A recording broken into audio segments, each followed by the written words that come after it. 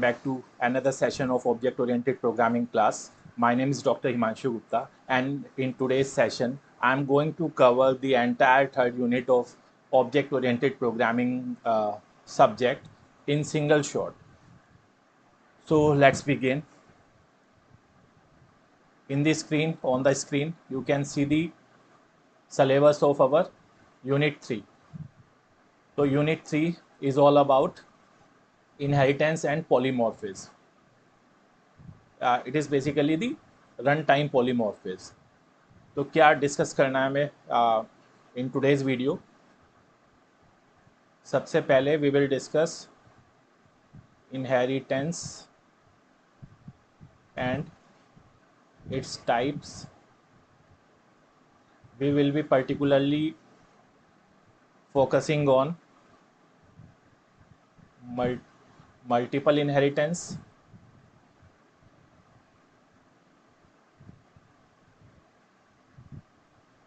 we will see how naming ambiguity in multiple inheritance can be resolved. ठीक है. और second हमें क्या डिस्कस करना है? पॉलीमॉर्फिज्म.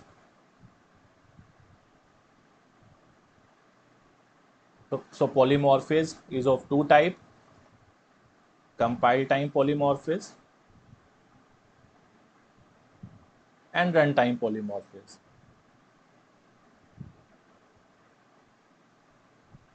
कंपाइल टाइम पॉलीमॉर्फिज्म को हम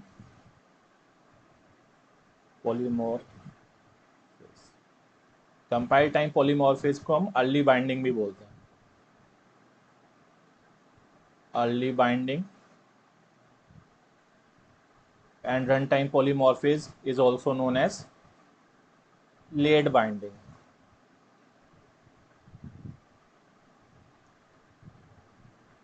So this compile time polymorphism covers function overloading,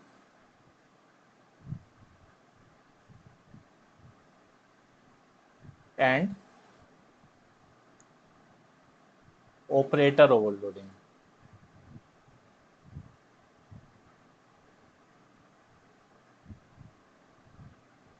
And this I have already covered in our previous video. मैंने एक यूनिट 2 का भी एक सेपरेट वन शॉट वीडियो बनाया हुआ है which is available in the on the playlist. So in the third unit we mainly have to discuss inheritance, runtime polymorphism, and RTTI, which is runtime type identification. So this is basically the introduction. Let's start with the first topic, which is base class access control, right? So let's see how we can control the base class access. So when we inherit a class, how do we inherit a class in C++? Say this is a class, this is our base class A, right? This is our base class and it has some members. By default all the members are private in the class. So we have some private section, we have some protected members, and we can have some public members. I have already discussed in detail about all these three access specifiers. Private members को हम कहाँ पे use कर सकते हैं? Private members are only accessible in its own class. I mean, हम ये जो प्राइवेट मेंबर्स हैं इनको using the object of class we can not use directly outside the class. ठीक है. हम ऐसा नहीं कर सकते कि क्लास ए का ऑब्जेक्ट क्रिएट किया इस तरीके से A O B and suppose there is a private member, private variable a in the class, तो हम इस तरीके से एक्सेस नहीं कर सकते. ठीक है. This is not allowed if a is private. If a is private we cannot use it outside the class, right? So private members are only accessible in its own class. I mean the member functions of class A can directly use private members. Second is protected members. Protected members. So protected members are accessible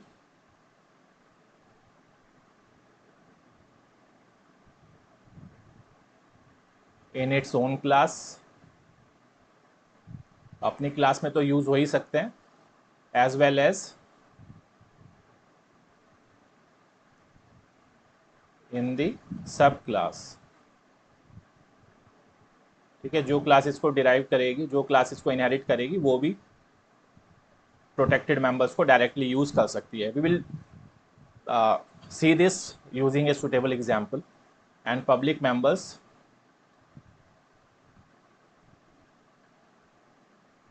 everywhere in the program can be accessed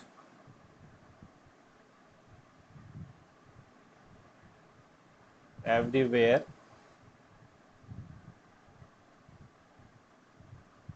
in the program. चलिए, ये तो बात हुई access specifiers की base class के, ठीक है।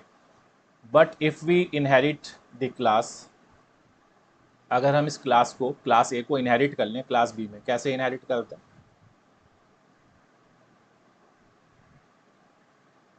Class B then colon. अब यहाँ पे हम जो भी एक्सेस स्पेसिफायर यूज करेंगे, I mean we can use it private then protected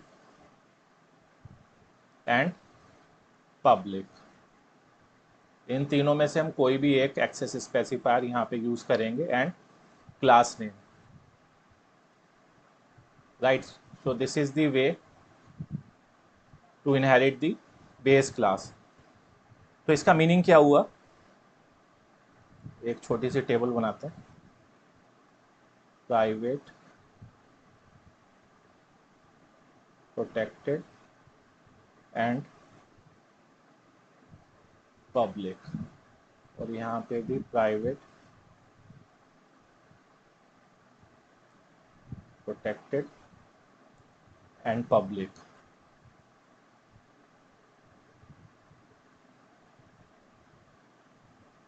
तो यहाँ पे अगर हम वाइल इनहेरिटिंग, ये हम इनहेरिटेंस के time, at the time of inheritance, if we are inheriting the class using private access specifier, तो क्या होगा? जो प्राइवेट मेंबर्स हैं they will remain private, protected members private बन जाएंगे, और पब्लिक मेंबर्स भी क्या हो जाएंगे? Private. Means all the members of super class और सब क्लास और parent class will become private members inside the child class और डिराइव्ड क्लास, ठीक है। अगर हम प्रोटेक्टेड एक्सेस स्पेसिफायर यूज करके इनहेरिट करते हैं तो क्या होगा? जो प्राइवेट मेंबर्स हैं वो प्राइवेट ही रहेंगे, the protected members will remain protected, and जो पब्लिक मेंबर्स हैं वो क्या हो जाएंगे? बेस सब क्लास के अंदर दे विल बिकम प्रोटेक्टेड, ठीक है। और पब्लिक एक्सेस स्पेसिफायर के साथ अगर हम इनहेरिट करते हैं क्लास को, तो private members will remain private, protected members protected रहेंगे, कोई चेंज नहीं होगा, और पब्लिक मेंबर्स पब्लिक रहेंगे, ठीक है। So this is how we can control the access of base class in the derived class. मतलब हम उनके जो एक्सेस है उसको इस तरीके से कंट्रोल कर सकते हैं, ठीक है। चलिए, तो हमारा जो फर्स्ट टॉपिक है इस यूनिट का वो इनहेरिटेंस ही है। तो so let's see the different types of inheritance. अगर हम इनहेरिटेंस की बात करें तो ब्रॉडली 5 टाइप की इनहेरिटेंस हम कर सकते हैं। if suppose this is class A which is being inherited by class B, तो इसको हम क्या बोलेंगे, सिंगल इनहेरिटेंस। ठीक है, अगर मल्टीपल लेवल्स हो जाएं, ये हमारा A है, then B and then class C, तो इसको हम बोलेंगे मल्टी लेवल इनहेरिटेंस। इसी तरीके से if there is one base class and multiple child class like this, A, then B, C, D, etc. तो इसको हम बोलेंगे हायरार्किकल इनहेरिटेंस। ठीक है, अब अगर हमारे पास मल्टीपल बेस क्लासेस है, ठीक है, and there is one child class like this, A, B and C, तो इसको हम बोलते हैं मल्टीपल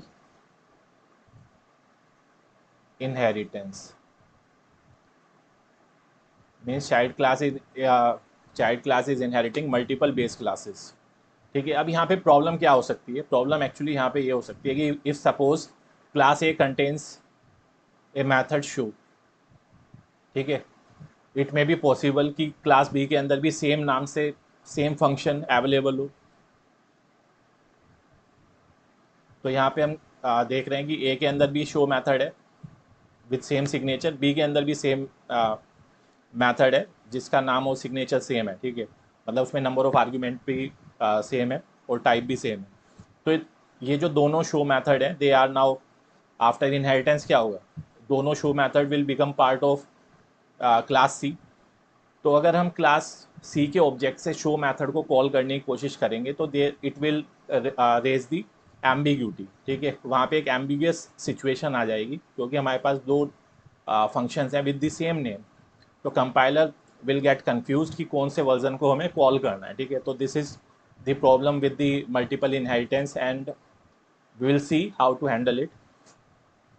एक चौथा केस, एक पांचवा केस है हाइब्रिड इनहेरिटेंस। ठीक है, हाइब्रिड इनहेरिटेंस में अगर हम ये वन और टू टाइप की इनहेरिटेंस को आपस में क्लब कर दें तो that becomes the hybrid inheritance. Hybrid inheritance का एक स्पेशल केस हम जरूर डिस्कस करेंगे जिसको हम बोलते हैं डायमंड प्रॉब्लम।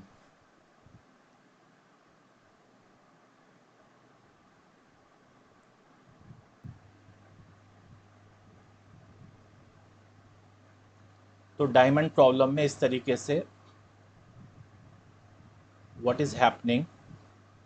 अच्छा, अगर इसमें हम यहाँ पे देखें, ये हायरार्किकल इनहेरिटेंस हो रहा है, इधर इधर मल्टीपल इनहेरिटेंस हो रहा है, ये मल्टी लेवल इनहेरिटेंस है, तो एक से ज़्यादा टाइप की इनहेरिटेंस को हम मिक्स कर रहे हैं, तो that's why it is known as hybrid inheritance.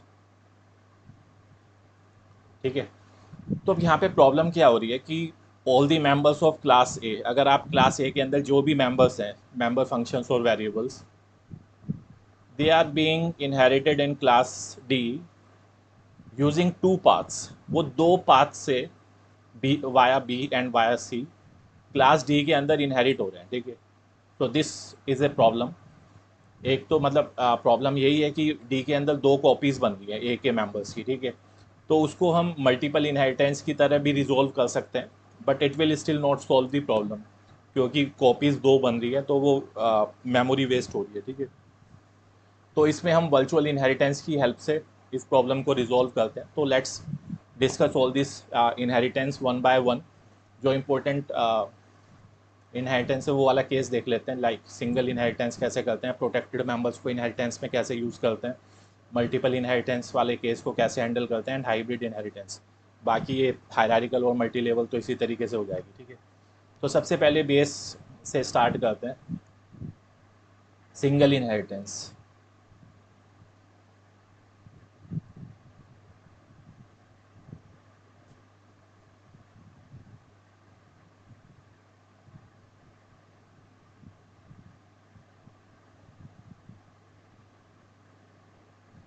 चलिए सिंगल इनहेरिटेंस में let's declare A class, class A.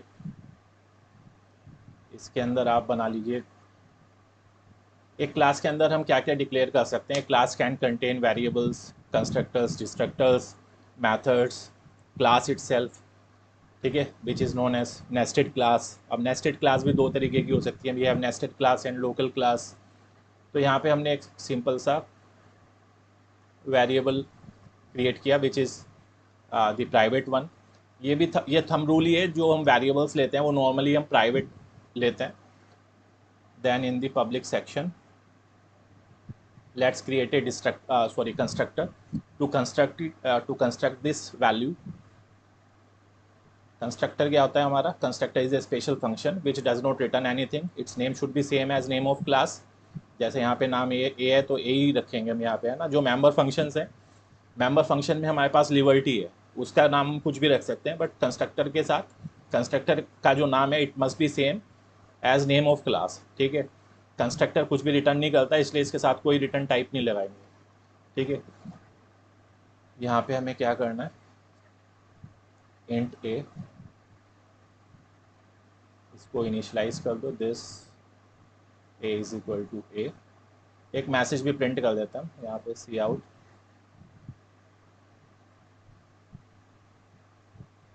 Constructor of class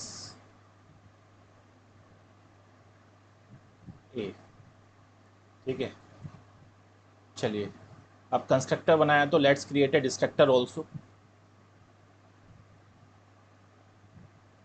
यहाँ पे एक सिंपल सा message, destructor of class A, ठीक है। एक हम शो फंक्शन बना लेते हैं, void show, which will print the value of a, see out a is equal to a, ठीक है। और ये हमारी हो गई क्लास ए, ये हमारी क्लास ए की डेफिनेशन हो गई। यहीं पे हम बना लेते हैं क्लास बी और उसको पब्लिकली हम इनहेरिट करेंगे using public access specifier, public ए।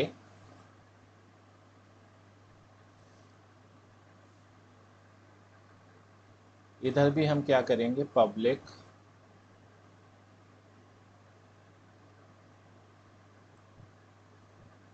यहाँ पे हम एक कंस्ट्रक्टर बना लेते हैं बी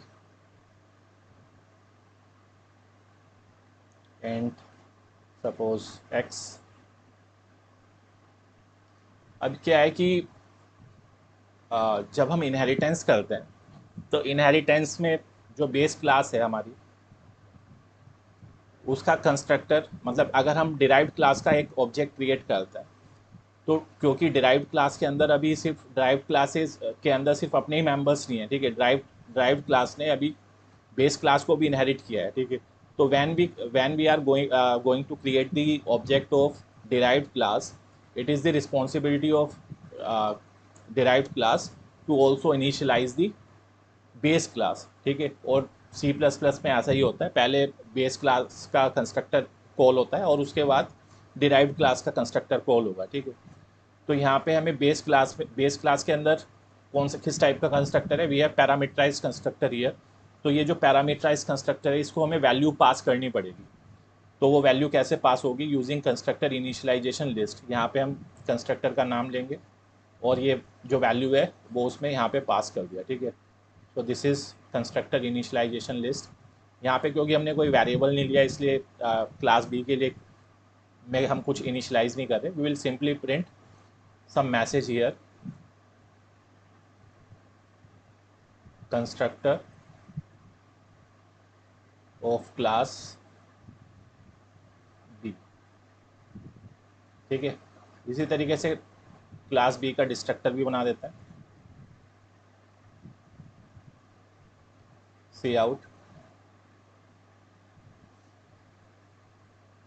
डिस्ट्रक्टर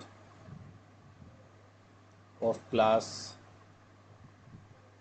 बी एंड एक डिस्प्ले मेथड बना लेते हैं, वर्ड डिस्प्ले,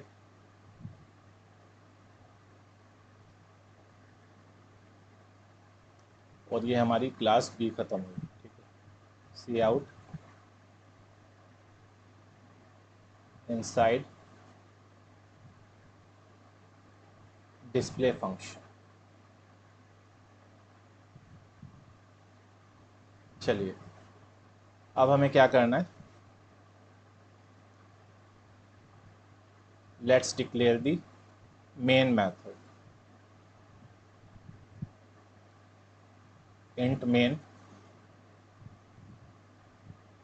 मेन के अंदर क्लास बी का ऑब्जेक्ट क्रिएट करते हैं, बी ओ बी, क्योंकि यहाँ पे पैरामीटराइज कंस्ट्रक्टर है, कोई वैल्यू पास करनी पड़ेगी 5, एंड ओ बी के through O B dot show and O B dot display. ठीक है, इतना करते हैं एंड लेट्स सी इसका आउटपुट क्या आएगा। तो हमने we already know how what is the role of constructor and destructor, लेकिन इनहेरिटेंस के केस में कंस्ट्रक्टर और डिस्ट्रक्टर का कॉलिंग ऑर्डर क्या रहेगा, कंस्ट्रक्टर किस ऑर्डर में कॉल होंगे, डिस्ट्रक्टर किस ऑर्डर में कॉल होंगे, वो हम इस एग्जाम्पल में देखेंगे। तो we have first created the object of class B, ठीक है। तो ये 5 कहाँ पे पास होगा, इधर, which will be pass to base class constructor using this constructor initialization list, ठीक है। तो यहाँ पे क्या होगा, ये जो ए है this will B initialised with 5, ए की वैल्यू हो जाएगी 5, और ये मैसेज प्रिंट होगा हमारा, आउटपुट में क्या आएगा, कंस्ट्रक्टर ऑफ क्लास ए। उसके बाद कंस्ट्रक्टर ऑफ क्लास ए के बाद हमारा constructor of class be call होगा, कंस्ट्रक्टर ऑफ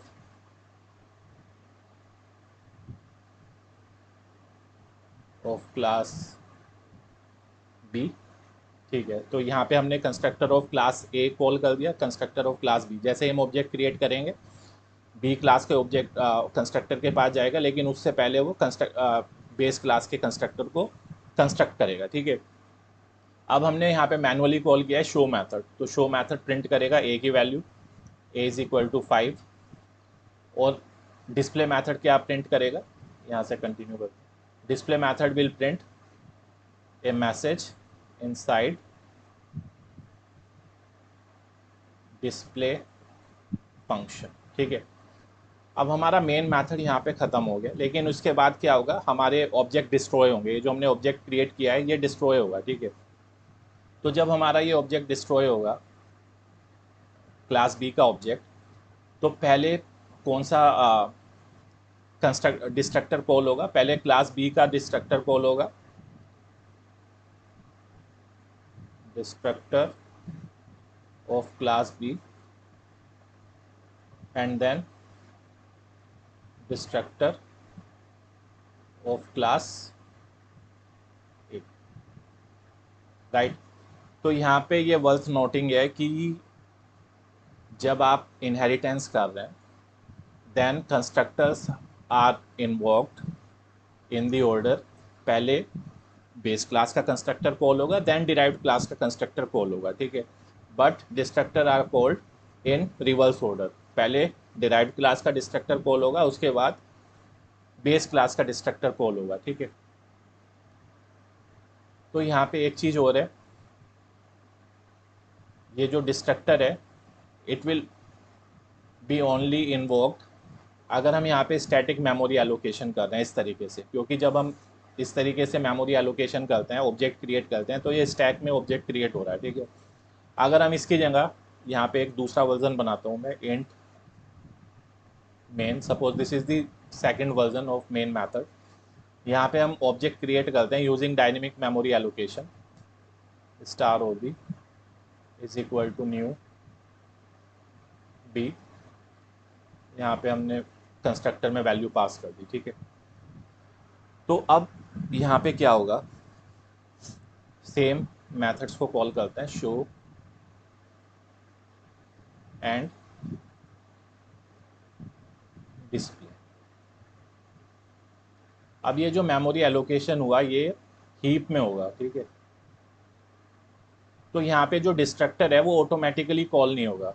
कंस्ट्रक्टर तो कॉल हो जाएगा लेकिन डिस्ट्रक्टर कॉल नहीं होगा। तो यहाँ पे अगर मैं सिर्फ इसी प्रोग्राम को रन करूँ यहाँ पे, तो पहले हमारे पास आउटपुट आएगा constructor of class A, then constructor of class B, then show method क्या करेगा, ए की वैल्यू प्रिंट कर देगा, ए इज इक्वल टू 5, और इनसाइड डिस्प्ले फंक्शन। तो अगर हम मतलब इसमें और इसमें आप I am sure you are able to differentiate. यहाँ पे फर्स्ट वर्जन में डिस्ट्रक्टर अपने आप कॉल हो रहा था, ठीक है, जो ऑब्जेक्ट है वो अपने आप डिस्ट्रॉय हो रहे हैं, लेकिन यहाँ पे अपने आप डिस्ट्रॉय नहीं हो रहा है, ठीक है। यहाँ पे डिस्ट्रक्टर ऑटोमेटिकली कॉल नहीं हो रहा है, क्योंकि यहाँ पे जो हमने ऑब्जेक्ट क्रिएट किया है वो डायनेमिक मेमोरी एलोकेशन के थ्रू किया है। वो जो ऑब्जेक्ट है वो हीप में एलोकेट हुआ है। तो यहाँ पे आप whenever you are allocating some memory using new keyword, it must be deallocated using the delete keyword, ठीक है। तो ये रूल है। तो यहाँ पे आप कैसे डिलीट करेंगे इसको, यूजिंग डिलीट ओ बी। और अगर आप डिलीट ओ बी करते हैं तो now this will call the destructor in the correct order. पहले चाइल्ड क्लास का डिस्ट्रक्टर कॉल होगा एंड देन बेस क्लास का, ठीक है। तो destructor of class B and then destructor of class A. So I think inheritance में हमारे constructor और डिस्ट्रक्टर किस तरीके से बिहेव करते हैं इन बोथ सिनेरियो। अगर हम स्टैटिक मेमोरी एलोकेशन कर रहे हैं, मतलब ऑब्जेक्ट हम नॉर्मल वे में क्रिएट कर रहे हैं, या डायनेमिक मेमोरी एलोकेशन कर रहे हैं यूजिंग न्यू कीवर्ड, तो हमारा कंस्ट्रक्टर और डिस्ट्रक्टर किस तरीके से बिहेव करता है ये अब आपको क्लियर हो गया। Now let's see the second type of inheritance, multiple inheritance, ठीक है। पहले मल्टीपल इनहेरिटेंस देख लेते हैं।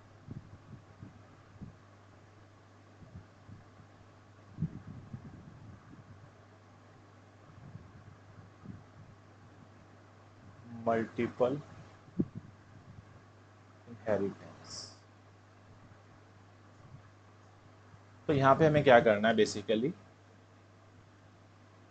We have class A, we have class B, और यहाँ पे हमारे पास एक क्लास सी है। Class C inherits both class A and B, ठीक है। यहाँ पे सपोज हमारे पास एक शो मेथड है और एक डिस्प्ले फंक्शन है। इधर हमारे पास एक शो मेथड है और एक माई शो मेथड है, ठीक है। तो यहाँ पे क्या होगा, तीनों ये सारे methods after inheritance they will be part of class C. तो क्लास सी के पास कौन कौन से मेथड्स हो गए, शो मेथड, ये फर्स्ट वर्जन है, ये शो मेथड दूसरा वर्जन जो क्लास बी से आया, एक डिस्प्ले मेथड और एक माई शो मेथड, ठीक है। अब प्रॉब्लम यहाँ पे ये हो रही है कि when we create the object of class C, suppose class C के पास भी अपना कोई मेथड है माई डिस्प्ले, क्लास सी का भी अपना एक मेथड है, ठीक है।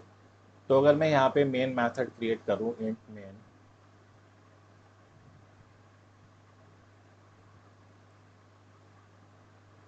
और हम क्रिएट करते हैं सी का object C O B.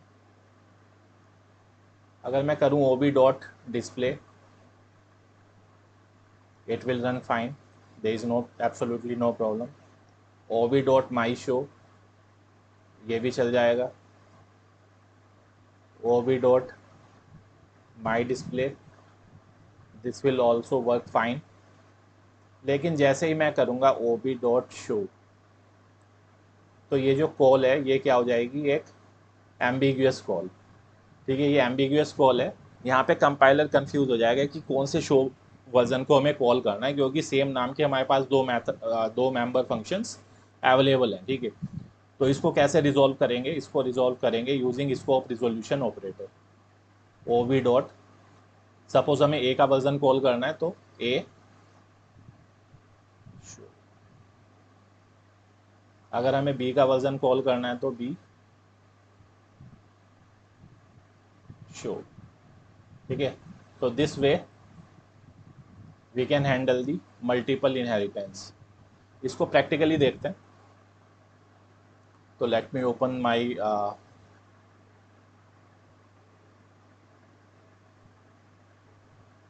just a second. Okay, so this is the compiler. Let's implement our program here on this compiler. हमें implement करना है multiple inheritance using name space standard. Let's create a class A,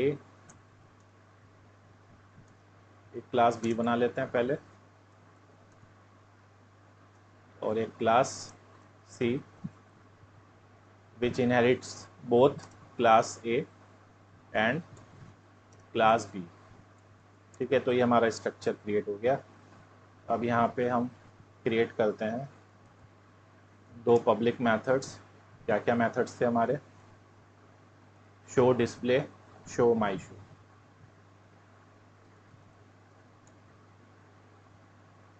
sorry,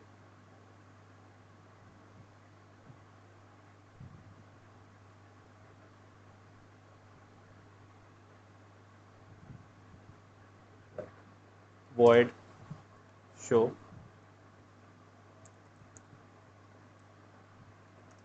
void my show. यहाँ पे एक message print कर देते हैं, show method of class A. ठीक है, लाइकवाइज सी आउट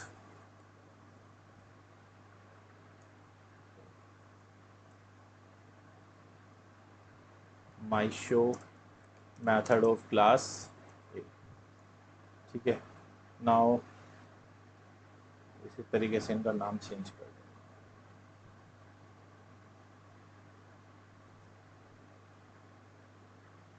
यहाँ पे हम ले लेते हैं display,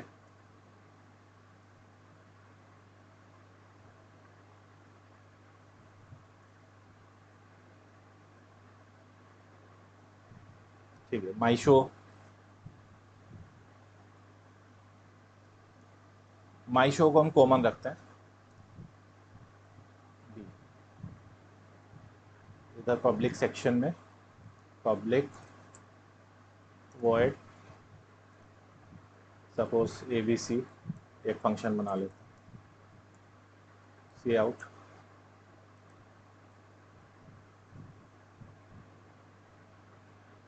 function ABC, that's it.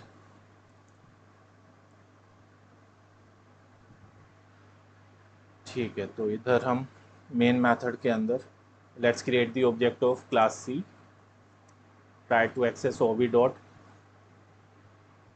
My sorry ob dot show ob dot display ob dot ABC। भाई पहले इसी को रन करता है। See it is running fine, लेकिन जैसे ही मैं यहाँ पे लिखूँगा ओबी डॉट माई शो, तो क्या एरर आएगी हमारे पास? Ambiguous call. देखो, request for member my show is ambiguous. ठीक है, क्या एरर है? Request for member my show is ambiguous, क्योंकि we have two member functions with the same name. तो इसको कैसे रिजॉल्व करना है? Using scope resolution operator.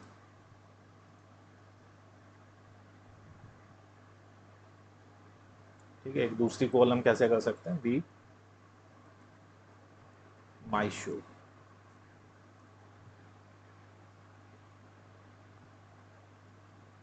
ठीक है, so this is how we can implement the multiple inheritance, इस code को हम कॉपी कर लेते हैं।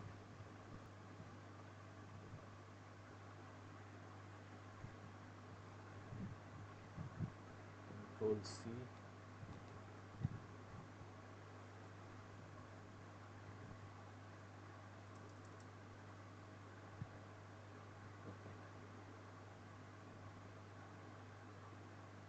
so this is for our reference.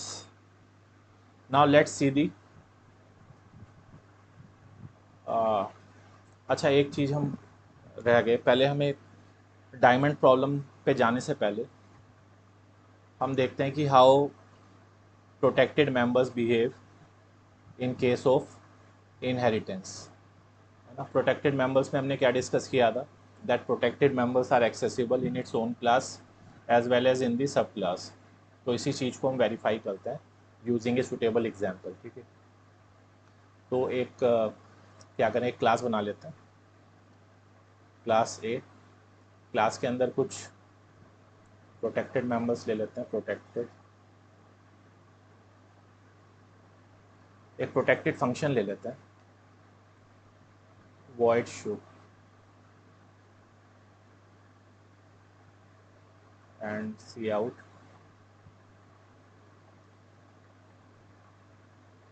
protected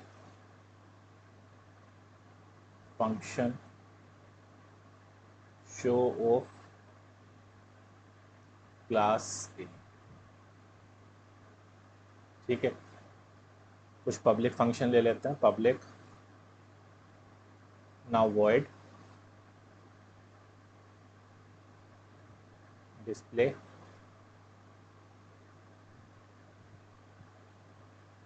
और यहाँ पे हम करते हैं cout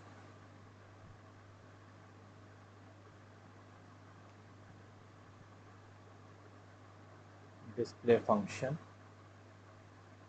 ऑफ क्लास ए, ठीक है। ये हमारी क्लास ख़त्म हुई। नाउ एक और क्लास हम बनाएंगे, क्लास बी एंड पब्लिक ए। अब यहाँ पे हम क्या करते हैं कि एक पब्लिक सेक्शन लेते हैं, क्योंकि हमने यहाँ पे पब्लिकली क्लास ए को इनहेरिट किया है, तो जो क्लास ए के प्रोटेक्टेड मेंबर्स हैं, they are now part of, they are protected in class B, और जो पब्लिक मेथड है वो दे आर पब्लिक, ठीक है। तो अगर हम यहाँ पे, अच्छा यहाँ पे हम एक काम करते हैं, एक प्राइवेट फंक्शन भी लिख लेते हैं, void सपोज void ए, ठीक है। void ए बी सी, हम यहाँ पे एक प्रोटेक्टेड फंक्शन भी लिख लेते हैं और इसमें एक कोई मैसेज यूज़ करते हैं, protected function A B C, ठीक है। इसको हम, ठीक है, तो हमने यहाँ पे यूज़ किए 3 फंक्शंस। अब होता क्या है कि जो प्रोटेक्टेड फंक्शंस है, जो प्रोटेक्टेड मेंबर्स है ना, they are only accessible in its own class, वो सिर्फ अपनी क्लास के अंदर यूज़ हो सकते हैं, ठीक है।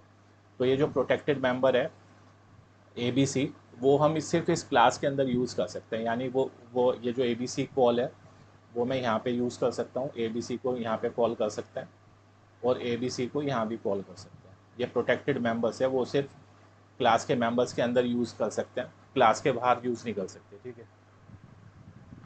चलिए, अब यहाँ पे क्या होगा, जब हम इसको पब्लिक इनहेरिटेंस कर रहे हैं तो जो क्लास ए के प्राइवेट मेंबर्स हैं, we can not use those members inside the class B, ठीक है। जो प्रोटेक्टेड मेंबर है वो इनहेरिट हो जाएगा और पब्लिक मेंबर भी इनहेरिट हो जाएगा, ठीक है। तो यहाँ पे पब्लिक सेक्शन के अंदर अब हम क्या करते हैं, लेट्स क्रिएट ए फंक्शन, कोई भी फंक्शन बनाते हैं, void माई शो, ठीक है। और इस माई शो के अंदर हम क्या करते हैं, let's directly use show method, ठीक है। सो हम ये कर सकते हैं, this is allowed. How this is allowed, क्योंकि ये जो प्रोटेक्टेड मेंबर है वो क्लास बी के अंदर भी प्रोटेक्टेड है, और प्रोटेक्टेड मेंबर को हम इमीडिएट जो चाइल्ड क्लास है उसके अंदर यूज़ कर सकते हैं। ठीक है, यहाँ पे एक मेथड यूज़ कर लेते हैं, सी आउट, एक प्रिंट मेथड दे देंगे, प्रिंट वेरिएबल, एक मैसेज प्रिंट कर देंगे, my show method of class B. ठीक है, इसी मेथड के अंदर हम पब्लिक मेथड को एक्सेस कर ही सकते हैं, तो डिस्प्ले भी हम यहाँ पे कॉल कर लेंगे, display we can also call here. ये क्लास यहाँ पे बंद हुई। अब हम क्या करते हैं, अब हम बनाते हैं मेन मेथड, इंट मेन। थोड़ा सा होच पोच हो गया यहाँ पे। चलिए, मेन मेथड के अंदर let's create the object of class B, B O B. अब ये जो बी क्लास का ऑब्जेक्ट है ये किस किस चीज़ को एक्सेस कर सकता है? ठीक है, it can directly access public members. ये जो डिस्प्ले मेथड है ये पब्लिक मेंबर है क्लास ए का, तो इसको हम यहाँ पे यूज़ कर सकते हैं, ओ बी डॉट डिस्प्ले। ठीक है, बाकी हम शो को यूज़ नहीं कर सकते, ए बी सी को यूज़ नहीं कर सकते। ना तो हम ये लिख सकते O B dot A B C, this is not allowed, private member. और ना हम डायरेक्टली यूज़ कर सकते हैं ओ बी डॉट शो। ठीक है, ये क्या है, प्रोटेक्टेड मेंबर है।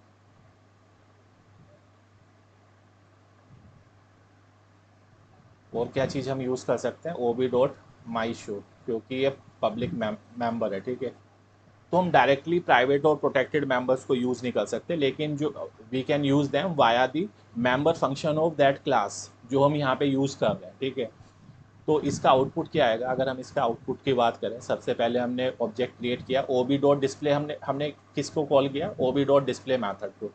तो यहाँ पे ये डिस्प्ले मैथड कॉल होगा, डिस्प्ले मैथड किसको कॉल कर रहा है, ए बी सी मैथड को कॉल कर रहा है। तो यहाँ पे ये प्रिंट होगा, this is not protected function A B C, this is private function, my bad. यहाँ पे प्रोटेक्टेड की जगह आपको लिखना है प्राइवेट, ये प्राइवेट मैम। हाँ, तो क्या प्रिंट होगा, private function A B C. ठीक है, इसके बाद ए बी सी के बाद display function of class A,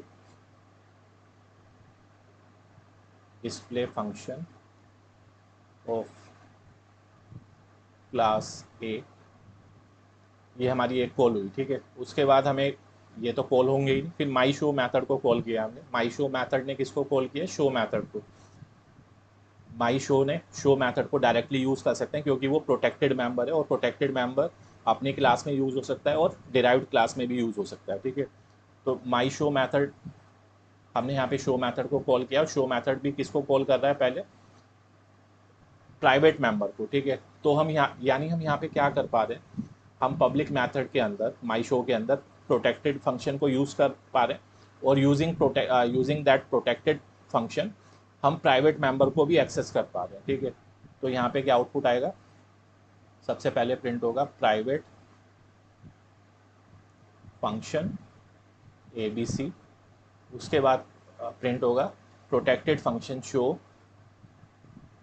protected function show of class A, protected function show of class A. उसके बाद my show method of class B, my show method of class B. और उसके बाद हमने इसी method के अंदर डिस्प्ले मेथड को भी कॉल कर दिया, और फिर डिस्प्ले के अंदर ए बी सी और ये दोनों कॉल होंगे। तो यही दो लाइन यहाँ पे रिपीट हो जाएंगी, private function A B C, and यहाँ पे आएगा आपका display function of class A. तो this will be the output. एक बार इस आउटपुट को एक बार इस प्रोग्राम को रन करके देखता है। So let's come back to our compiler. इसी कोड को मॉडिफाई करेंगे। यहाँ पे हम 3 सेक्शन बनाते हैं। सबसे पहले हमने क्रिएट किया था वॉइड ABC। वॉइड ABC के अंदर सी आउट प्राइवेट मैथड ABC, ठीक है। देन नेक्स्ट हमें बनाना है एक प्रोटेक्टेड मेंबर।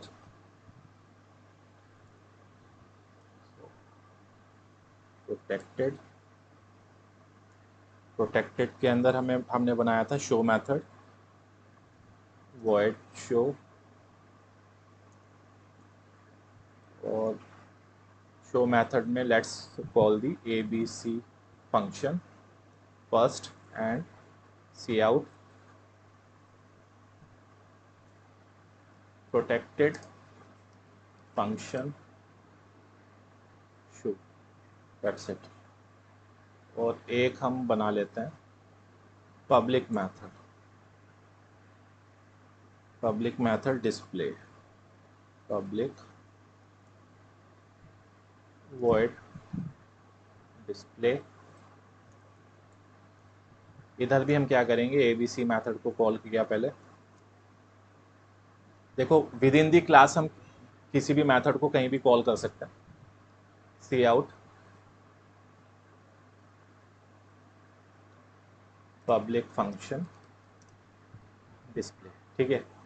बस तो यहाँ पे हमने 3 फंक्शन क्रिएट किए, ABC which is the private one, show जो प्रोटेक्टेड है, और डिस्प्ले जो पब्लिक है, ठीक है। अब क्लास B के अंदर इसको इनहेरिट कर लेते हैं। क्लास B पब्लिक A, ठीक है।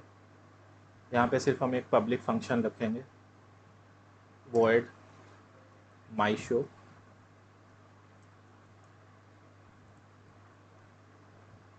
ये सब चीज़ें हटा देते हैं।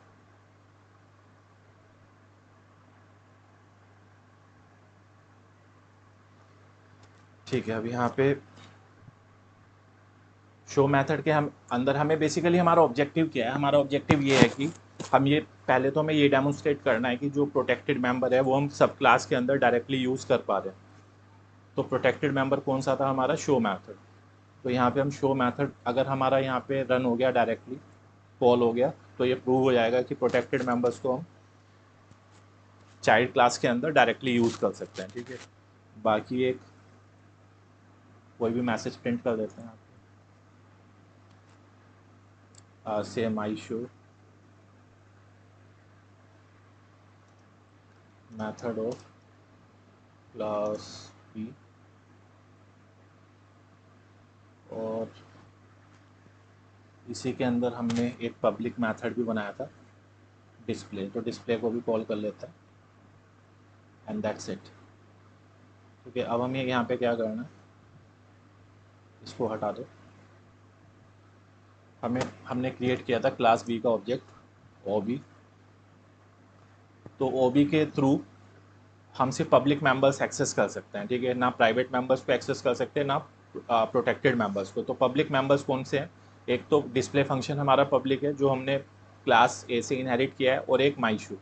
तो OB dot display and OB dot my show, ये 2 मेथड है जो हम बाहर यूज़ कर सकते हैं यूजिंग दी ऑब्जेक्ट।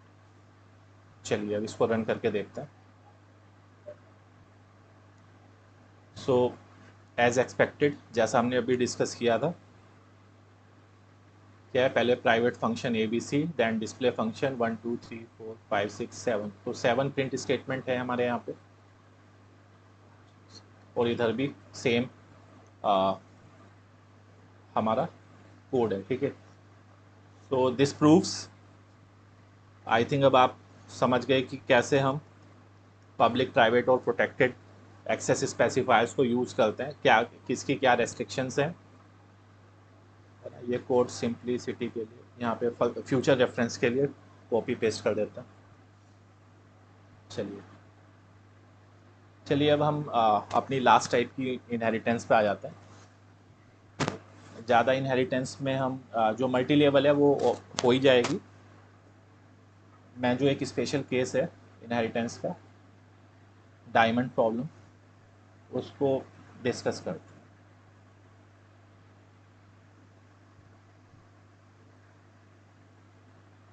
चलिए, हमें डिस्कस करना hybrid inheritance.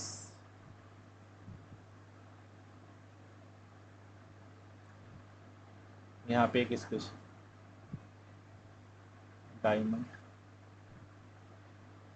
Problem.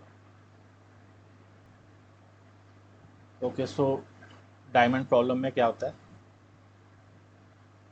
We have D I, it is diamond problem, my bad. So we have A, B, C and D, है ना। तो हमें क्या करना है, ये 4 क्लासेस इंप्लीमेंट करनी है। Let's create a class, say class A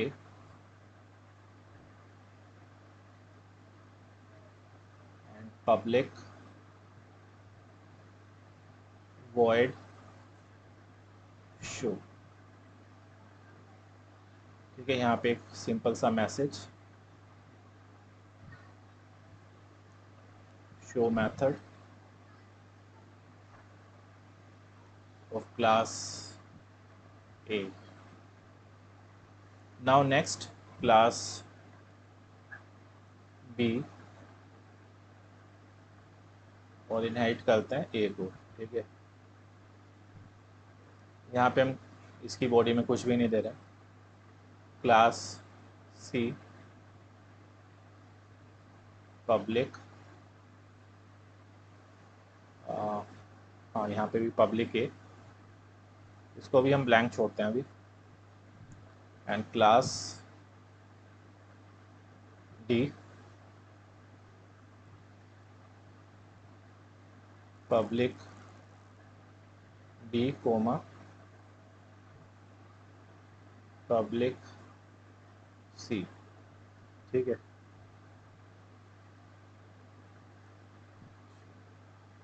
D के अंदर एक और फंक्शन बना देता है, public void suppose display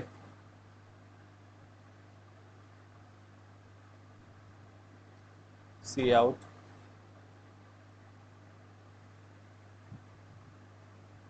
display function of class T. ठीक है, तो ये एक हमने एक हायरार्की को इम्प्लीमेंट किया। अब मेन मेथड में देखते हैं क्या होगा। इंट मेन, तो मेन मेथड के अंदर हमारे इस केस में if I create the object of class T और मैं डिस्प्ले मेथड को कॉल करूं,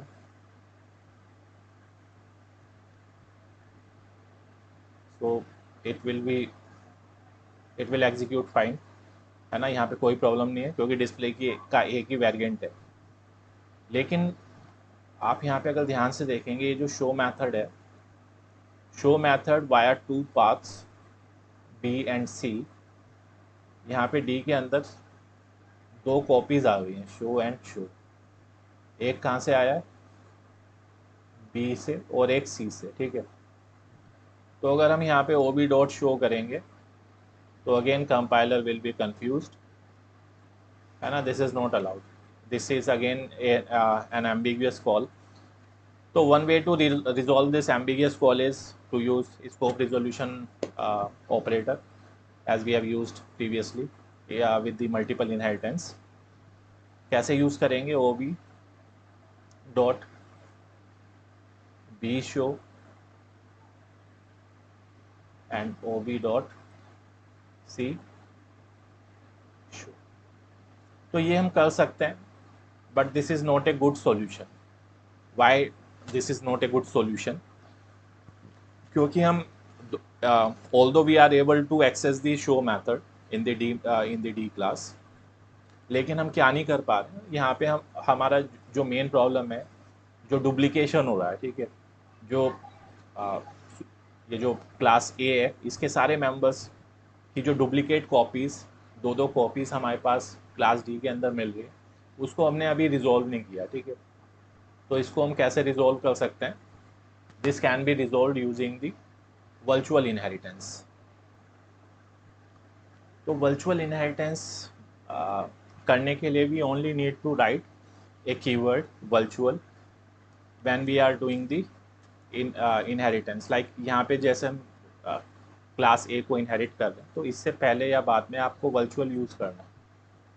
या तो आप पहले यूज़ कर दीजिए वर्चुअल, चाहे आप लिखें वर्चुअल पब्लिक ए या पब्लिक वर्चुअल ए, दोनों एक चीज़ है, दोनों सेम है। तो ये वर्चुअल कीवर्ड क्या कर रहा है? This will make sure that only one copy of class A members are inherited in the class D, ठीक है। तो वर्चुअल कीवर्ड के थ्रू हम ये करेंगे, ठीक है। और जब हम वर्चुअल इनहेरिटेंस करेंगे तो सिर्फ एक ही कॉपी आएगी, तो we can easily access the show method. तो इसको भी एक छोटा सा एग्जांपल रन करके देख लेते हैं अपने ऑनलाइन कंपाइलर पे। Class A, let's keep only one function here to keep it simple. Say out show method, ठीक है। क्लास बी वर्चुअल पब्लिक ए, यहाँ से सब कुछ हटा देते हैं, एक इसकी और कॉपी बना देते हैं। This is our class C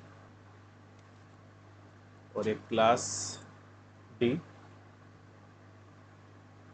public B and public C, ठीक है। तो इधर क्या करते हैं, एक फंक्शन हमने यहाँ भी बनाया था, void display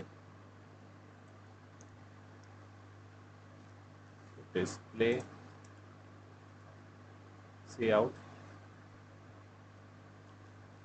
display function of class D। अच्छा, हमने अभी ये वर्चुअल हम बाद में यूज़ करेंगे, वरना ये डिफरेंस कैसे क्लियर होगा। अभी हम नॉर्मल रखते हैं, ठीक है। तो यहाँ पे हमने क्या किया, क्लास डी का ऑब्जेक्ट क्रिएट किया, ओबी डॉट शो, सॉरी अभी ओबी डॉट शो नहीं, ओबी डॉट डिस्प्ले, इसको कॉल करते हैं।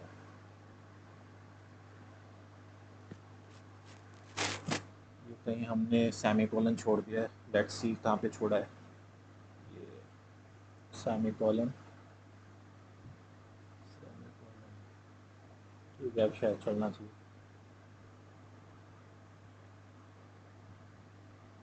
क्लास के बाद सेमीकोलन, ठीक है, ठीक है। तो display function of class D, it is running fine. लेकिन जैसे ही मैं यहाँ पे करता हूँ ओबी डॉट शो, है ना, तो ये हमें एम्बिगुअस कॉल दे रहा है, ठीक है। Show is ambiguous, right.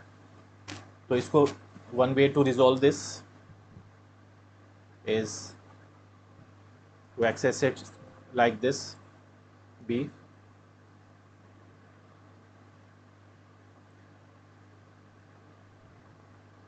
और सी। अब अगर हम इसको यूज़ करें तो ये रन हो रहा है, ठीक है। लेकिन this is not a good practice. तो हमें करना क्या है, हमें यहाँ पे यूज़ करना है virtual, virtual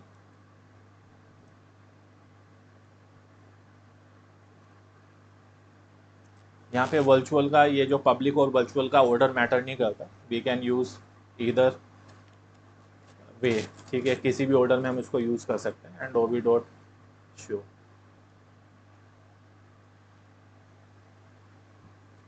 so now you can see that we can easily use show method without any ambiguity, ठीक है।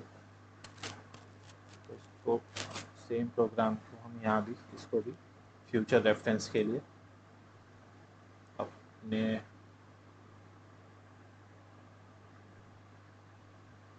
इधर कोड में रख लेते हैं, ठीक है। चलिए,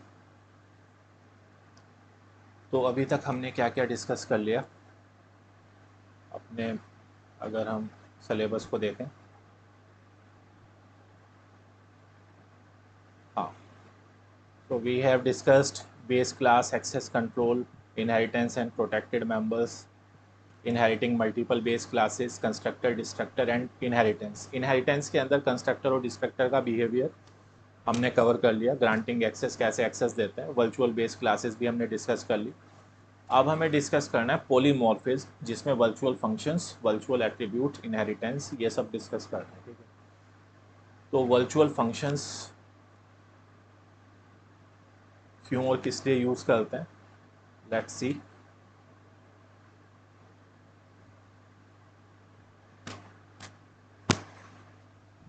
चलिए, next topic is dynamic polymorphism.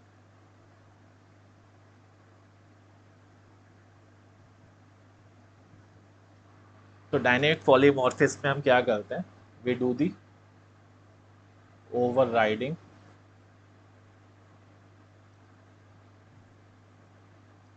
Dynamic polymorphism run time polymorphism, late binding, they are all same, ठीक है, they are all same। so overriding using virtual function, ठीक है, ये करना है। तो करते हैं, हम क्या करने वाले हैं, we will create a base class like this. इस क्लास का नाम है ए, ठीक है। यहाँ पे हम सपोज 3 मेथड्स डिक्लेयर करते हैं। The first one is void show, इसको हम कुछ डेफिनेशन देंगे। एक हम वर्चुअल फंक्शन यूज़ करेंगे, वर्चुअल वॉइड डिस्प्ले, और एक हम यूज़ करेंगे प्योर वर्चुअल फंक्शन। ये मैं अभी डिस्कस करूँगा what is the difference between virtual function and pure virtual function. Virtual void, इसका नाम दे देते हैं माई शो, ठीक है, इज इक्वल टू 0। हाँ, तो अब तीनों में डिफरेंस डिस्कस करते हैं। ये जो हमारा फर्स्ट मेथड है, it is a normal function, this is a normal function. ये सेकंड वाला हमारा है virtual function, and the third one is pure virtual function. तो वर्चुअल फंक्शन की प्रॉपर्टी ये है कि जो वर्चुअल फंक्शन है, this can be overridden in the base in the derived class, ठीक है। This virtual function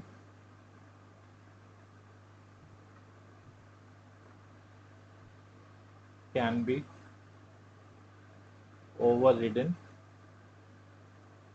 in a derived class, ठीक है। और ये हम कैसे ओवरराइड करेंगे, using the base class pointer, ठीक है, using the base class pointer. तो इसको एक एग्जांपल से ही हम देखते हैं, तब ज़्यादा क्लियर होगा। तो वर्चुअल फंक्शन, अच्छा ये तो फंक्शन है, मतलब जो हमारा नॉर्मल फंक्शन है वो ओवरराइड नहीं होगा, ठीक है, वर्चुअल फंक्शन ओवरराइड होगा।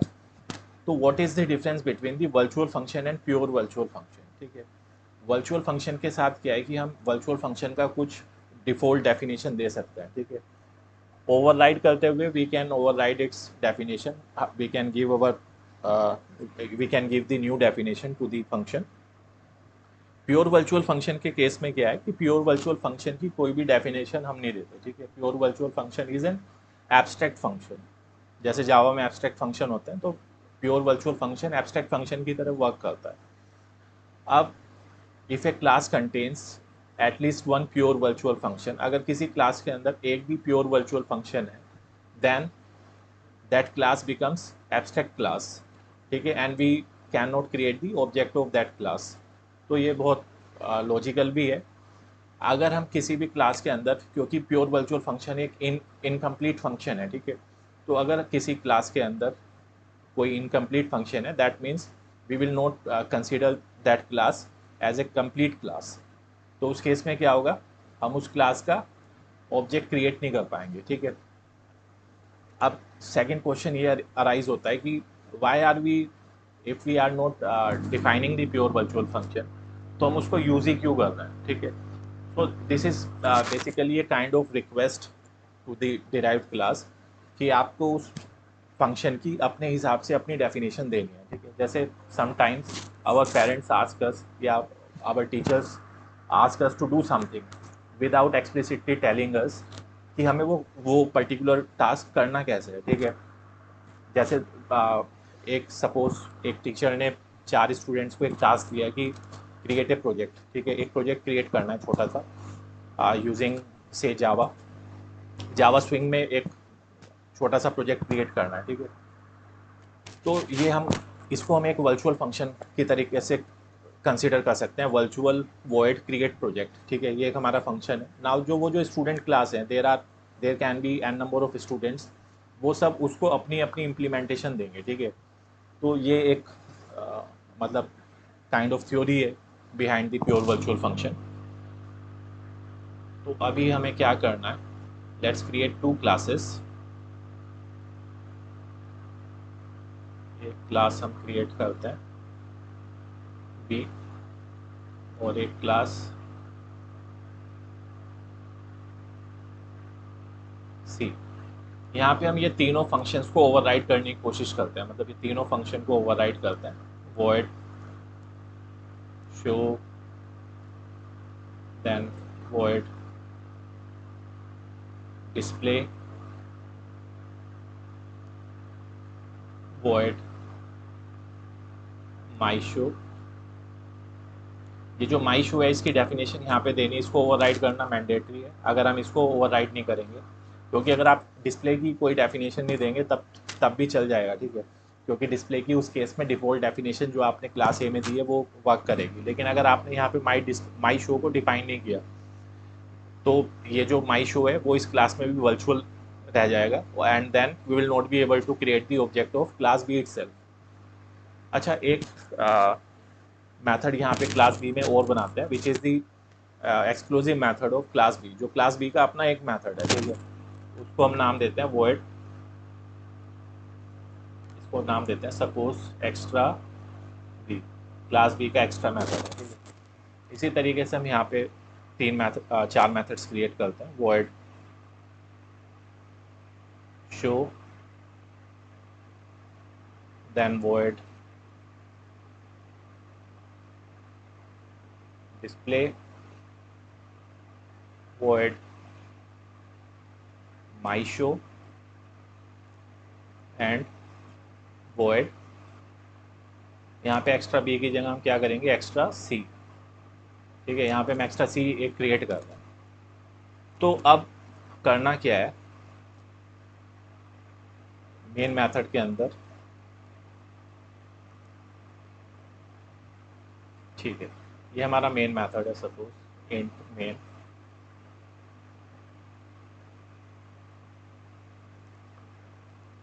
हम बेस क्लास का एक पॉइंटर क्रिएट करते हैं। We can not create the object of class A, क्योंकि क्लास ए कंटेन्स है प्योर वर्चुअल फंक्शन, तो हम उसका ऑब्जेक्ट तो क्रिएट कर नहीं सकते। इसका हमने एक पॉइंटर क्रिएट किया वो भी, ठीक है। और इस पॉइंटर में let's assign the object of class B, new B, ठीक है। अब हम क्या करते हैं, ये सारे जो फंक्शंस हैं इसको एक्सेस करने की कोशिश करेंगे। O B show, O B display, उसके बाद O B my show and O B extra.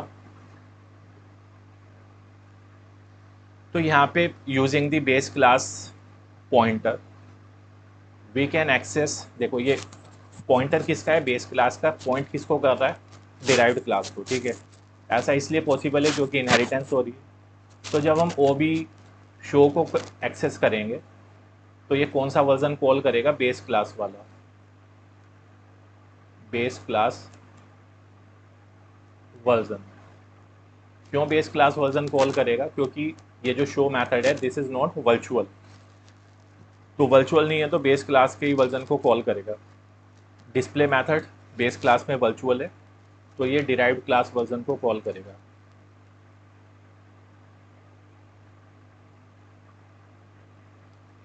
Class version, my show भी डिराइव्ड क्लास वर्जन को कॉल करेगा। और अगर हम बात करें एक्स्ट्रा बी की, तो this is not allowed, not allowed. इसका मतलब ये है कि हम जो बेस क्लास का पॉइंटर है उसको यूज़ करके जो क्लास बी जो डिराइव्ड क्लास है उसके एक्सक्लूसिव जो मेथड्स हैं उनको डायरेक्टली यूज़ नहीं कर सकते इस तरीके से, ठीक है।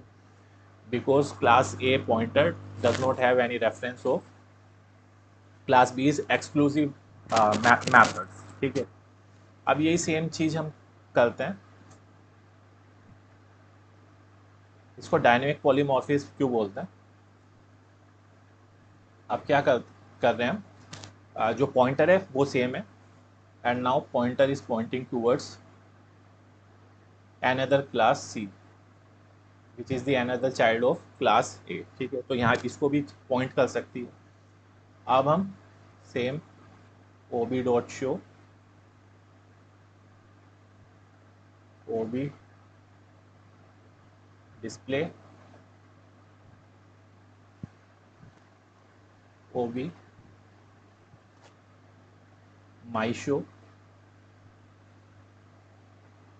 एंड ओ बी, यहाँ पे हमने एक्स्ट्रा सी बनाया था, ठीक है। तो यूजिंग द सेम लॉजिक इसका बेस वर्जन कॉल होगा, इन दोनों का जो क्लास सी का वर्जन है क्लास सी वर्जन वो कॉल होगा, मतलब डिराइव्ड क्लास का वर्जन कॉल होगा। एंड ये जो एक्स्ट्रा एक्सक्लूसिव फंक्शन है क्लास सी का, it is not allowed to be called using the base class pointer, ठीक है। तो ये कंप्लीट इसकी कहानी है। तो इसको रन टाइम पॉलीमॉर्फिज्म क्यों बोल रहे हैं हम, क्योंकि रन टाइम पे हम ये पॉइंटर किस ऑब्जेक्ट को पॉइंट कर रहा है उसके हिसाब से हम फंक्शंस को कॉल करते हैं, ठीक है। अच्छा सपोज अब हमें यहाँ पे ये पता करना है कि हमने ए, ये जो हमारा क्लास ए का पॉइंटर है it is pointing to, here it is pointing to class B. तो इधर हमें ये प्रिंट करना है कि ये ओ बी किसको पॉइंट कर रहा है, ठीक है। तो इसके लिए हमारे पास एक कंसेप्ट है R T T I which is run time type identification, और इसमें एक ऑपरेटर एक फंक्शन यूज़ होता है जिसको हम बोलते हैं टाइप आईडी। तो अगर मैं यहाँ पे लिखूँ सी आउट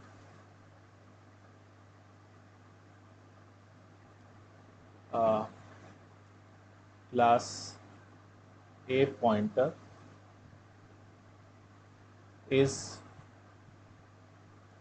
पॉइंटिंग टू, किसको पॉइंट कर रहा है वो, we have a function type ID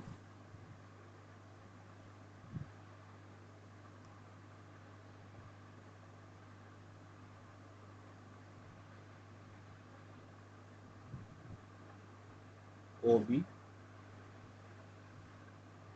dot name. ठीक है, तो अगर हम इस फंक्शन को कॉल करेंगे, मतलब इस लाइन को इन्वोक करेंगे, तो क्लास बी को प्रिंट कर देगा। ठीक है, that class A pointer is pointing to class B. Same चीज़ जब हमने यहाँ पे क्लास ओ बी को क्लास सी पे असाइन किया था, तो यही सेम लाइन आप यहाँ भी प्रिंट करेंगे। तो इस बार ये प्रिंट करेगा class A pointer is pointing to class C. ठीक है, ये मतलब क्लास का नाम प्रिंट करता है। ये कुछ इस तरीके से प्रिंट करेगा। अगर मैं एग्जैक्टली बताऊँ आपको, class A pointer is pointing to,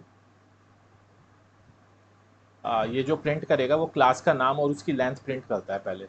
जैसे अगर मैं यहाँ पे इस केस की बात करूँ तो अभी सी को पॉइंट कर रहा है, तो क्लास का नाम है सी, और सी जो सी क्लास सी है, इसके नाम की लेंथ कितनी है, 1। There is only 1 alphabet C, तो ये प्रिंट करेगा 1 सी।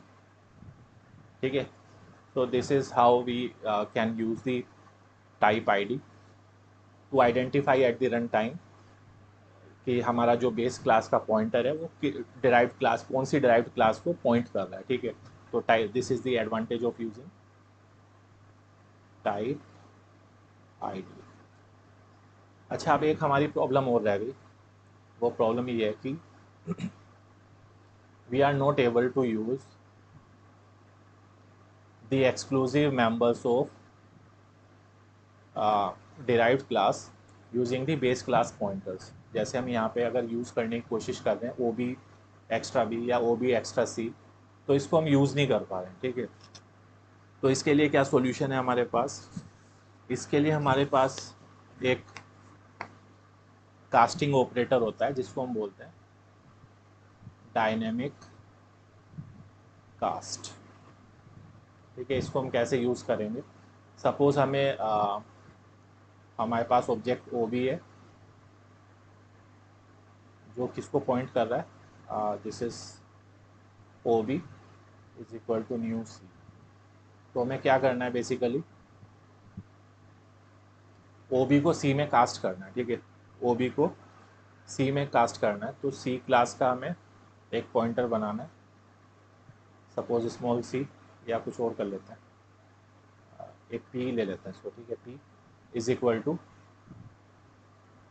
Dynamic cast. यहाँ पे हम टाइप पास करेंगे एंड किसको कास्ट करना है, ओ बी को। ठीक है, तो ये जो ऑपरेटर है हमारा, ये पी है, दिस इज पी। ठीक है, तो ये जो हमारा डायनेमिक कास्ट है, ये रन टाइम पे जब हम ये कन्वर्जन कर रहे हैं, तो it checks whether this conversion is possible or not. If the conversion is possible, then it is okay. If the conversion is not possible, it returns null. ठीक है, ये क्या रिटर्न करता है, नल रिटर्न करता है। तो आप इसको चेक कर सकते हैं, इफ़ p, मतलब अगर p की वैल्यू ट्रू है, ट्रू का मतलब है if it is not null. तो अगर ये नॉट नल है तो हम क्या कर सकते हैं, using p we can use the exclusive member of the child class, यानी ये जो एक्स्ट्रा सी है इसको हम यहाँ पे एक्सेस कर सकते हैं। एल्स हम एक मैसेज प्रिंट कर सकते हैं that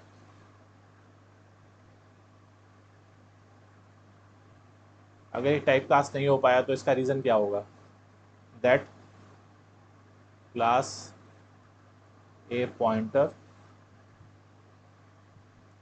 is not pointing to class C. ठीक है, तो ये एक चेक हम लगा सकते हैं। अच्छा, जैसे डायनेमिक कास्ट है, इसी तरीके का एक ऑपरेटर हमारे पास हो रहा है जिसको हम बोलते हैं स्टैटिक कास्ट। दोनों में फ़र्क क्या है? अगर हम स्टैटिक कास्ट यूज़ करते हैं तो स्टैटिक कास्ट में क्या है, वो रन टाइम पे चेक नहीं हो रहा है। ठीक है, कि ये कन्वर्ज़न जो है वो पॉसिबल है या नहीं है। तो अगर कन्वर्ज़न, मतलब if the object is pointing towards the derived class, then it's okay. If it is not pointing, तो सीधे वो कन्वर्जन फेल हो जाएगा और एरर मैसेज आएगा, ठीक है। तो this is about dynamic polymorphism and RTTI, ये दोनों हमने एक चीज़ में कवर किए। तो let's see this using the example, इसको इम्प्लीमेंट करके देखते हैं ताकि एक क्लैरिटी आ जाए। So let's open our compiler. यहाँ पे हमें क्या क्या करना था, क्लास ए के अंदर हमें 3 फंक्शंस क्रिएट करना है। एक normal function void show, suppose एक सिंपल सा मैसेज प्रिंट कर दो कोई भी, show method of class A. चलिए, एक दूसरा हमने यूज़ किया है वर्चुअल वॉइड माई शो। ये वर्चुअल फंक्शन है जिसकी हम एक डिफ़ॉल्ट डेफिनेशन दे रहे हैं, my show method of class A. और तीसरा हमें क्या करना है, प्योर वर्चुअल फंक्शन बनाना है, वर्चुअल वॉइड डिस्प्ले डिस्प्ले ठीक है। तो this is the abstract method. अब हमें इसको करना है, सॉरी, पब्लिक ए। अब हमें इसकी इम्प्लीमेंटेशन देनी है डिराइव्ड क्लास के अंदर।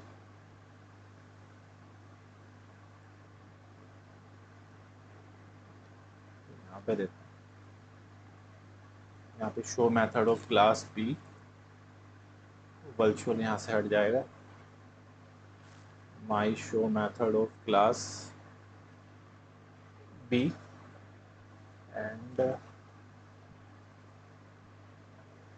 इसको भी डिफाइन करना है हमें, this is cout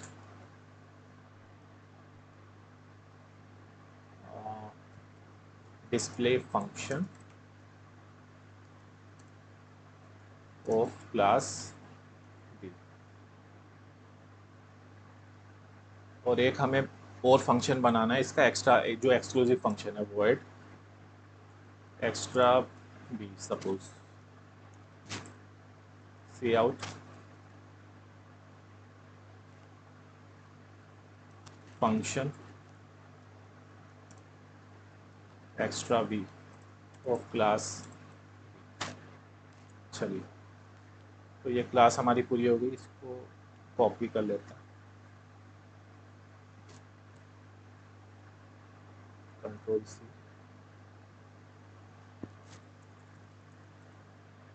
class C public है। क्लास सी के अंदर भी सेम चीज़ हम यहाँ पे, इसकी ज़रूरत नहीं है, क्लास डी को हम रिमूव कर देंगे, ठीक है। तो शो मेथड में यहाँ पे ये क्योंकि सी के पार्ट हैं तो सी सी, इधर भी हमारा सी, एंड एक्स्ट्रा यहाँ पे हो जाएगा एक्स्ट्रा बी की जगह extra C, function extra C of class C. चलिए, अब हमें क्या करना है, हमें यहाँ पे क्रिएट करना है क्लास ए का पॉइंटर, और pointer is equal to new. सबसे पहले हम क्या करते हैं, ए बी, हाँ, class B, class A pointer is now pointing to class B. अब हम यूज़ करने की कोशिश करते हैं ओ बी। क्या क्या फंक्शंस थे हमारे पास, शो, माई शो एंड एक फंक्शन था हमारे पास डिस्प्ले, और ये हमारा एक्स्ट्रा बी, ठीक है। So this is not allowed actually. अब हम क्या करते हैं, सेम कॉल्स को, उसके बाद हम इसको पॉइंट कराते हैं सी को, और यहाँ पे एक्स्ट्रा बी की जगह एक्स्ट्रा सी। चलिए इसको सब पहले इतना ही रन करते हैं। तो यहाँ पे जैसे हमने डिस्कस किया, show method of base class is called, because show, ये जो शो मैथड है it is not virtual in class A. तो अगर हम यहाँ पे देखेंगे, हमने कॉल किया है शो मैथड को, माई शो को और डिस्प्ले को using the pointer of class A. तो शो मैथड की बेस क्लास वाला जो डेफिनेशन है वो कॉल हुई, लेकिन बी जो माई शो और डिस्प्ले फंक्शन है दे आर वर्चुअल, तो वो ओवरराइड हो गए और उनकी क्लास बी की डेफिनेशन कॉल हुई। ठीक है, लाइकवाइज जो सेकंड केस में क्या है कि ओ बी क्लास सी को पॉइंट कर रहा है और फिर हमारा सेम इसी तरीके से कॉल हुआ है। ठीक है, यहाँ पे dynamic volume sorry R T T I लगा के देखते हैं। लेट्स प्रिंट कि ये जो हमारा ओ बी है वो किसको पॉइंट कर रहा है। ठीक है, so class A pointer is pointing to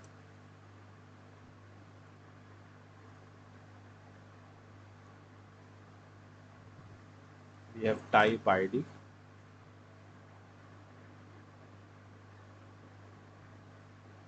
ob dot name।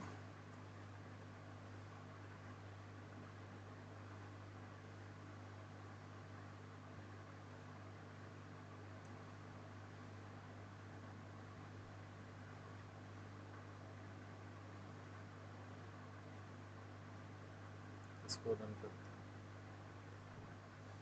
तो यहाँ पे आप देख सकते हैं that class A pointer is pointing to 1b।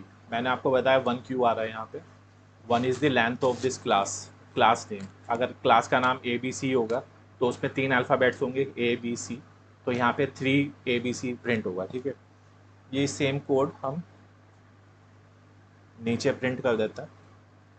when our object is pointing towards C, और अभी अगर हम इसको प्रिंट करेंगे तो यहाँ पे जो हमारा क्लास ए पॉइंटर है it is pointing to 1b and यहाँ पे class A pointer is pointing to 1c। So ये जो टाइप आईडी है it is one of the operator या फंक्शन ऑफ RTTI। ठीक है, अब एक प्रॉब्लम रह गई कि हम ये एक्स्ट्रा बी जो फंक्शन है इसको यूज़ करना चाहते हैं। पहले देखते हैं कि whether we are able to use this. मैंने इसको कमेंट हटा दिया O B extra B, so it is giving an error with this. तो ओ बी एक्स्ट्रा बी को हम डायरेक्टली यूज़ नहीं कर सकते। ठीक है, इसके लिए हमें इसको टाइप कास्ट करना पड़ेगा, और टाइप कास्ट करने के लिए क्या करना पड़ेगा हमें, ये जो हमारा बेस क्लास का पॉइंटर है इसको क्लास बी में के पॉइंटर में टाइप कास्ट करना। तो B is equal to, operator का नाम है, फंक्शन का नाम है dynamic cast. Dynamic cast dynamic cast के अंदर हमें पास करना है, किसमें कास्ट कर रहे हैं, बी क्लास में कास्ट कर रहे हैं। किसको कास्ट कर रहे हैं, ओ बी को कास्ट कर रहे हैं। ठीक है, लाइक दिस। वैसे तो इतने से ही चल जाएगा, अगर आपको चेक करना है तो वो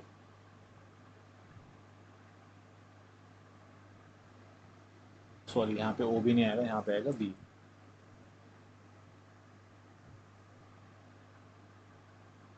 now it is able to access the extra B function. तो यहाँ पे हम एक इफ एल्स भी लगा सकते हैं। इफ़ बी मतलब ये बता रहा है कि ये सक्सेसफुली कास्ट हो गया, तो हम एक्स्ट्रा बी को कॉल कर रहे हैं। अदरवाइज एल्स एक एरर मैसेज हम प्रिंट कर सकते हैं, सी आउट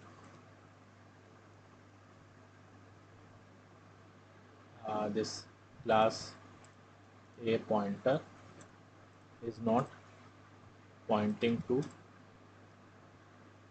क्लास बी। ठीक है, इसको दोबारा रन कर तो सेम ही आउटपुट आएगा। अब अगर हमें इसको कॉपी कर लेते हैं इतना कोड, हमें नीचे क्लास सी का जो ये जो एक्स्ट्रा सी फंक्शन है इसको भी यूज़ करना। तो यहाँ पे हम क्या करेंगे,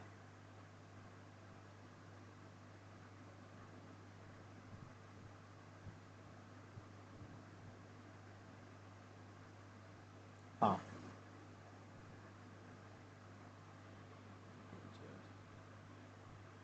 हमने क्या क्या कॉपी किया, ये 4 लाइन हमें, सॉरी ये 4 लाइन हमें कॉपी करनी है। कंट्रोल सी, इसको यहाँ पे। अभी हमें इसको टाइप कास्ट करना है सी के अंदर, सी, और इसको ले लेते हैं small C. So if small C, C extra C, else class A point is not pointing to class C. तो ये हमने यहाँ पे कॉल कर लिया, ठीक है। तो यू कैन सी अब लास्ट में we are now able to access the extra C function of class C. So this is all about dynamic polymorphism and casting operators, RTTI। अब एक चीज़ और हमें इसमें डिस्कस करनी है, जो ज़रूरी है डिस्कस करना,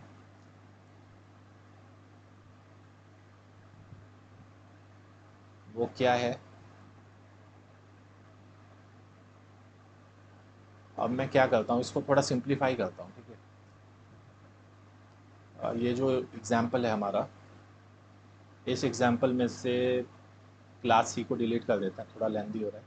अच्छा, पहले इसको कॉपी पेस्ट कर देते हैं अपने रेफरेंस के लिए, कंट्रोल सी, फ्यूचर रेफरेंस के लिए इसको यहाँ पे अपने कोड में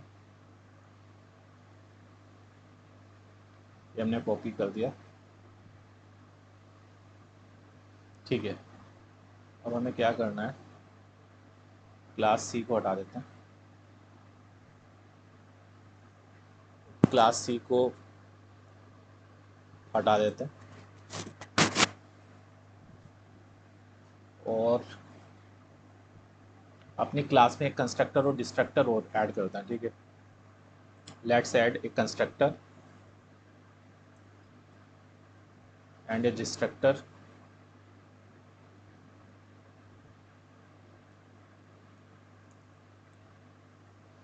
एक मैसेज प्रिंट कर देते हैं, सी आउट स्लैश कंस्ट्रक्टर और क्लास ए,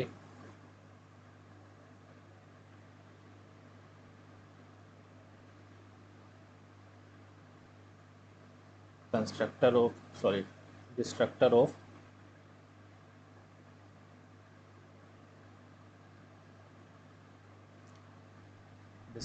क्लास ए। लाइकवाइज एक कंस्ट्रक्टर और डिस्ट्रक्टर हम बना देते हैं क्लास बी के अंदर, इसका नाम चेंज कर देते हैं क्लास बी,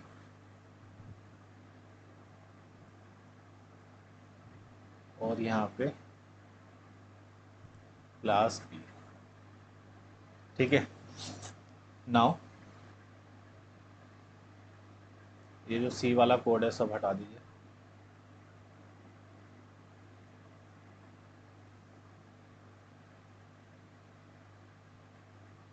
अब अपने कोड को रन करते हैं। सो यू कैन सी कि कंस्ट्रक्टर तो हमारे सेम ऑर्डर में कॉल हो रहे हैं। पहले क्लास ए का कंस्ट्रक्टर हुआ, देन क्लास बी का कंस्ट्रक्टर, देन हमारे सारे फंक्शंस कॉल हुए, ठीक है। अब यहाँ पे डिस्ट्रक्टर पहली बात तो इसलिए कॉल नहीं हुआ क्योंकि हम यहाँ पे डायनेमिक मेमोरी एलोकेशन कर रहे हैं, न्यू कीवर्ड यूज़ किया है। तो न्यू कीवर्ड के साथ हमें यूज़ करना होता है डिलीट, हमें करना है डिलीट ओ बी। एक बार दोबारा से रन करके देखते हैं। तो इस केस में आपको you can see that only destructor of class A is invoked, है ना। अभी भी सिर्फ क्लास ए का डिस्ट्रक्टर इन्वोक हुआ है, जबकि आइडियली होना क्या चाहिए, destructors are invoked in reverse order. Constructor क्या होता है, पहले बेस क्लास का कॉल होता है इनहेरिटेंस में, और उसके बाद डिराइव्ड क्लास का कॉल होता है, और डिस्ट्रक्टर कॉल होता है रिवर्स ऑर्डर में। पहले डिराइव्ड क्लास का डिस्ट्रक्टर कॉल होगा, उसके बाद बेस क्लास का डिस्ट्रक्टर कॉल होगा। तो क्योंकि हम यहाँ पे बेस क्लास का रेफरेंस डिलीट कर रहे हैं, इसलिए ये सिर्फ यहाँ पे इसने बाय डिफ़ॉल्ट क्लास जो बेस क्लास है उसका डिस्ट्रक्टर कॉल कर दिया, ठीक है। लेकिन आइडियली होना ये चाहिए था कि पहले क्लास बी का डिस्ट्रक्टर कॉल होता और उसके बाद क्लास ए का डिस्ट्रक्टर कॉल होना चाहिए, ठीक है। तो ऐसा कब होगा? ऐसा करने के लिए हमें सिर्फ क्या करना है, जो क्लास ए का डिस्ट्रक्टर है उससे पहले एक कीवर्ड लगा देना है वर्चुअल, ठीक है। तो अगर हम वर्चुअल डिस्ट्रक्टर यूज़ कर रहे हैं in the base class, then sorry मैंने शायद ये कॉपी पेस्ट क्योंकि किया था। हाँ, यहाँ पे डिस्ट्रक्टर ऑफ क्लास बी है, ठीक है। तो अब क्या होगा, पहले destructor of class be call होगा और उसके बाद destructor of class A call हो रहा है, ठीक है। तो आई बिलीव कि आप लोग वर्चुअल डिस्ट्रक्टर के बारे में समझ गए। वर्चुअल डिस्ट्रक्टर हम किस लिए यूज़ करते हैं? अगर हम पॉलीमॉर्फिज्म यूज़ कर रहे हैं, if we are using the dynamic polymorphism, तो उस केस में क्या होता है कि suppose you are using the base class pointer to access the derived class objects, और बाद में अगर हम बेस क्लास का क्योंकि हमने बेस क्लास का पॉइंटर बनाया, अगर आप बेस क्लास के पॉइंटर को डिलीट कर रहे हैं तो वो सिर्फ बेस क्लास के डिस्ट्रक्टर को कॉल कर रहा है एक बार बाय डिफ़ॉल्ट ना। तो इफ़ यू वांट कि डिस्ट्रक्टर करेक्ट ऑर्डर में कॉल हो, जैसा ट्रेडिशनली होता है, पहले डिराइव्ड क्लास का डिस्ट्रक्टर कॉल हो, उसके बाद बेस क्लास का डिस्ट्रक्टर कॉल हो, तो उसके लिए आपको वर्चुअल डिस्ट्रक्टर डिक्लेयर करना है in the base class. So I hope ये कंसेप्ट आपको क्लियर हो गया। अपने फ्यूचर रेफरेंस के लिए इस यहाँ पे हम लिख देते हैं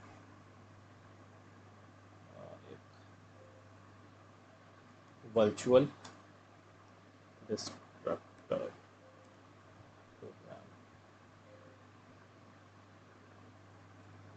सो आई गेस ये यूनिट हम पूरा डिस्कस कर चुके हैं। एक बार सिलेबस देख लेते हैं।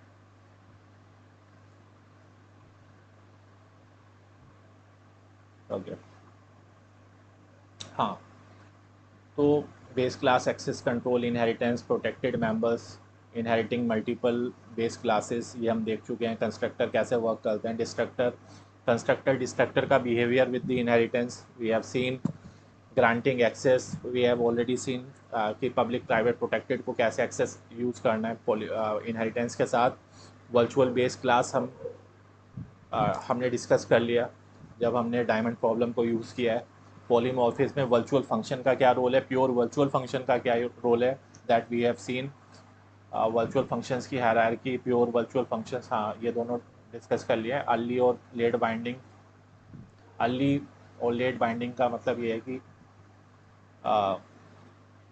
लेट बाइंडिंग हमने वर्चुअल फंक्शन के साथ, जो हमारा अभी लास्ट एग्जांपल हमने डिस्कस किया उसमें हमने लेट बाइंडिंग यूज़ कर रहे हैं, ठीक है। रन टाइम, टाइप आईडी और कास्टिंग ऑपरेटर, आरटीटीआई में दोनों हमने ऑपरेटर देख लिया, टाइप आईडी भी और डायनेमिक कास्ट भी, ठीक है। तो this completes your third unit.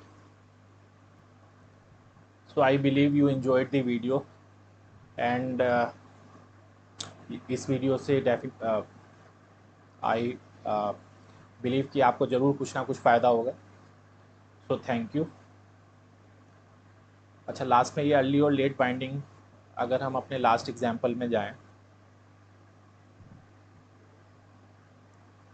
तो अर्ली बाइंडिंग का मतलब ये हुआ कि कंपाइल टाइम पे जो कॉल है वो रिजॉल्व हो रही है, ठीक है। तो जब ये, क्योंकि शो जो मेथड है हमारा इस एग्जांपल में, ये दिस इज़ नॉट वर्चुअल, तो ये जो कॉल है ये कंपाइल टाइम में बाइंड होती है, ठीक है। और जो वर्चुअल फंक्शन हम यहाँ पे ओ बी डॉट डिस्प्ले और माई शो करते हैं, this call is determined at the run time. तो ये this is the example of late binding, ठीक है। तो thank you once again. If you want me to create more videos on another topics of object oriented programming या DSA या जो भी आपके अलग सब्जेक्ट्स हैं जिनको मैं पढ़ाता हूँ, तो you can write on the comment box thank you.